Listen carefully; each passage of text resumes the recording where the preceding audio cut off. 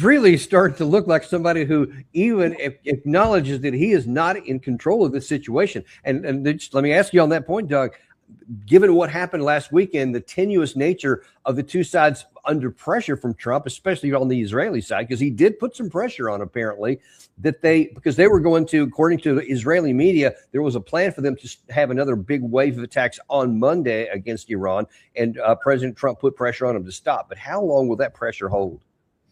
Well, let's understand a couple of things. I had the good fortune to meet a number of very senior Israeli military leaders. They're all very competent, very thoughtful, sober-minded people. You have wiggle room with Iran. You can come to some sort of a modus vivendi there. The situation in Syria is dangerous, but at the moment manageable. The Greater Israel Project is something that, quite frankly, is just not going to happen. And I think that's increasingly understood inside the senior ranks.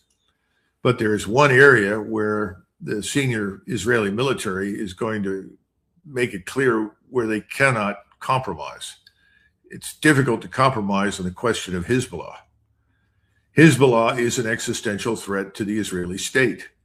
No one can move back to northern Israel until Hezbollah is either destroyed or there is a way found to end the conflict with them.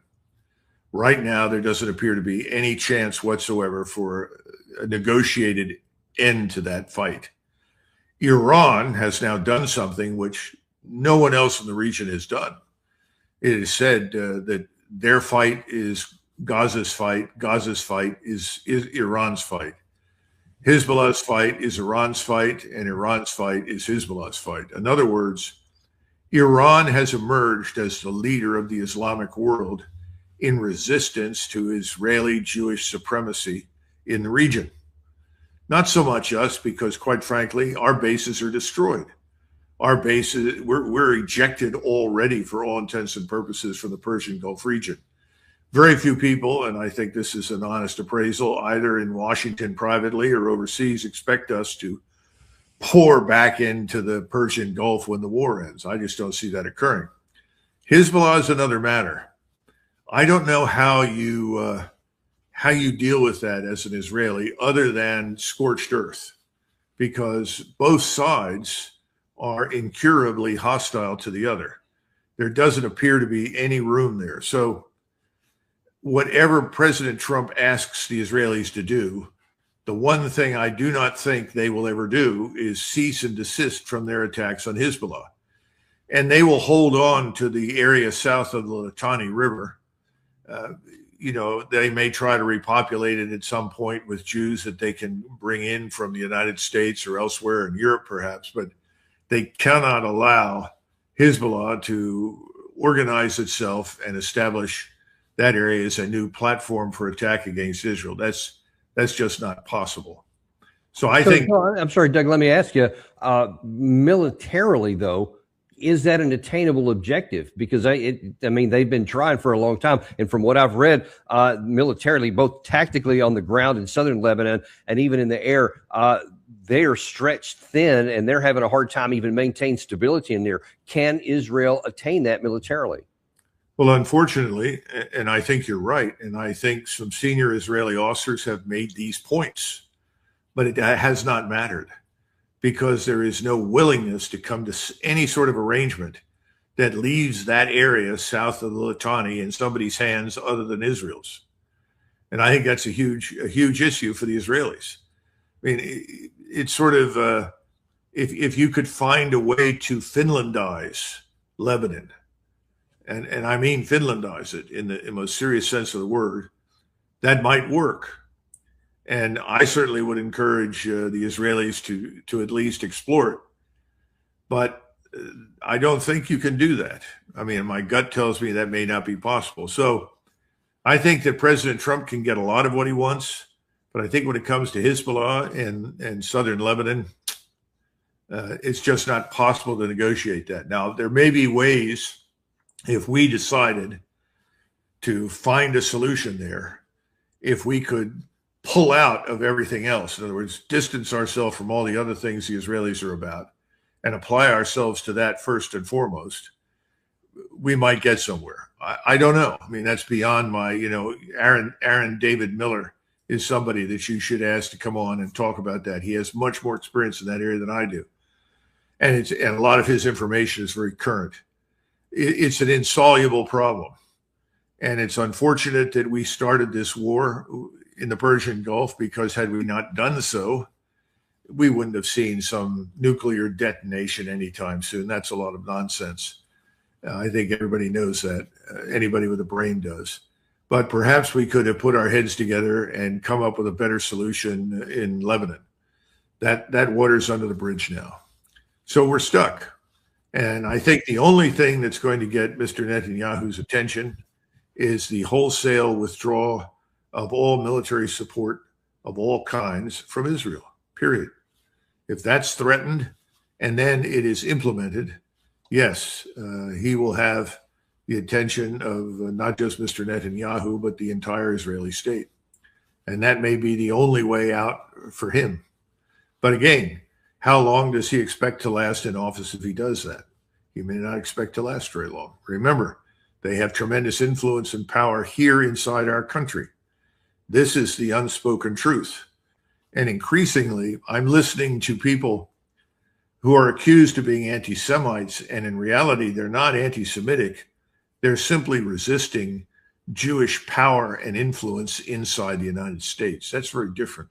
Well, and I want to take a look at that issue, Doug, because that's something that is very much present here just recently. So there's been a couple of developments here of late that really, I think, expose the level and the nature of the problem. You said at the outset of this show that it's not just an issue that President Trump is captured by Netanyahu personally, but that our system is captured by many Israeli interests above our own. And a couple of examples show. One is that there was a report out that the Pentagon, and I had talked to some folks pretty high up in the Pentagon, and they are furious that Israel has gone from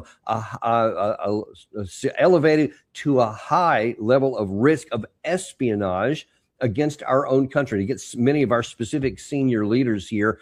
And so far, they've been kind of upset at the White House because they've not taken any action, even when this became public. And it was obviously known privately before that.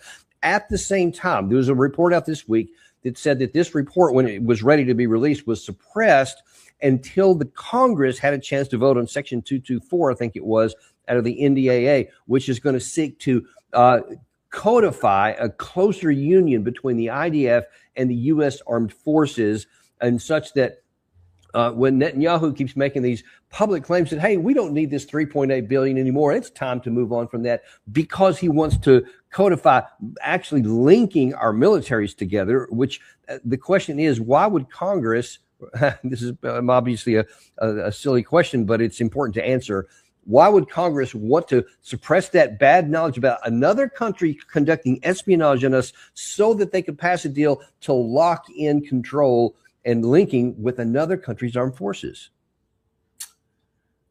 There is no nation state in the world today with whom we have more closely cooperated in military and diplomatic terms over the last century than Great Britain. In the 1990s, when I was in the War Plans Division, we looked at the capabilities of our various allied elements. Pete, this is back in, this was 94, 95. And one of the observations was that, the British really ought to be more robustly equipped and armed for future operations than they are. At that particular point in time, I think on a good day, the British Army could field 40,000 troops to deploy and fight. Today, I'd say it's 30,000 or less. But in those days, that was about it. That was not nearly what we hoped for, what we liked. And there was a discussion regarding whether or not we should go to the Hill and recommend some sort of aid program, military aid program, similar to what we'd done for Israel, by the way, for Britain, for the British military, to bring it up to a level where it was far more capable than it was at the time. And that was crushed almost immediately. Absolutely unacceptable. And the reason was not that we disliked the British, but we weren't going to admit them to the inner sanctum of the U.S. Armed Forces. It was just too much at risk, and we weren't going to do it. And we weren't going to become part of their so-called military-industrial parliamentary complex. So Israel has always been there. Israel has always had its fingers in these things. And via Congress, Congress has consistently over the last 25 to 30 years pushed harder and harder to give the Israelis greater and greater access to technology, to information, to classified documents, and so forth. And they've done that because it benefited them financially to do so. And then we appointed people to high office inside the Department of Defense who had very close ties to the Israelis, dangerously close. And I think this got off the ground initially towards the end of the Bush administration, and then that remained a constant issue ever thereafter. And the second Bush administration certainly fell into that category, where we effectively opened our kimono. This is something that has to be reversed from the top. We need new laws. We need much stiffer laws for security matters. And then we have, quite frankly, too much, too often is leaked to too many people, period. And now with this new effort, everything's at risk. Now, let me ask you, if maybe there's a bit of a light at the end of the tunnel, or at least some appearance of some daylight here that might be good at the top level. Yesterday on Fox News, Vice President Vance was asked about this apparent rift with Israel, and he came as close as any senior official I've seen since this war started to saying, hey, we may need to go on a different route than the Israelis if our interest. Hubert Humphrey wrote a detailed memorandum outlining the reasons why under no circumstances the United States should become involved in Vietnam.